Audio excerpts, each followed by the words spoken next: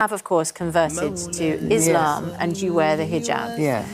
But this is quite a recent conversion, although you believe that it's something that's been within Islam, you all the time. Yeah, in Islam you don't call it conversion, you call it reversion. The idea is that you were born Muslim in the first place. That if, you know, any person with any logic would realise they were Muslim all along. So that's actually what happened to me. I've been a theologian all my life, studying theology, but I never thought that I would join any particular religion. But because I grew up in a theocracy, I was very interested in theology. So I studied all the different religions, and I actually left Islam till last because I had such a huge amount of prejudice about it, actually, you know. But as soon as I read chapter 2, I was like, oh my God, I've been a Muslim my whole life and I didn't even realise it. So and what was being a Muslim is like of the Quran that made you feel that? Because it exists its reason for existing is to confirm all previous scripture and to complain about the fact that that scripture has been tampered with. And it then goes on to explain how it's been tampered with and what the correct stories are, you know.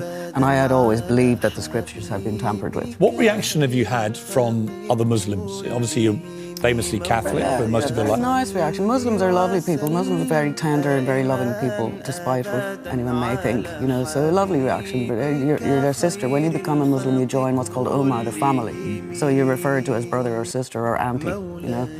And it's lovely. It's really lovely. Muslim people are very sweet. And you talk about the prejudice that you had towards Muslims. Do you now experience that? Oh yeah, but it doesn't. It makes me laugh. You know, it actually makes me laugh because I suppose I'm used to, as a woman for a start, and as a bit of a controversial woman, I'm used to putting up with abuse. You know what I mean? But it actually makes me laugh, and in a strange way, it makes me proud. I can't really explain why. But if somebody hates me because I'm a Muslim, I stand up a bit taller, actually. You said something pretty inflammatory recently. You said you didn't want to be around white people anymore. You then retracted it. What was that all about? Well, first of all, I mean, it was never true. Obviously, it was never true in the first place. There had been an awful thing on Twitter, which was allowed to sit on Twitter for days, which was a load of National Front people making a model of the Grenfell Towers and letting it burn down with a load of Muslims and black people in the windows, and they were all laughing at it. And I was very upset by that. And I thought, I wonder what happened if you said about white people on Twitter the stuff that you're allowed to say about brown, yellow, and black people, you know?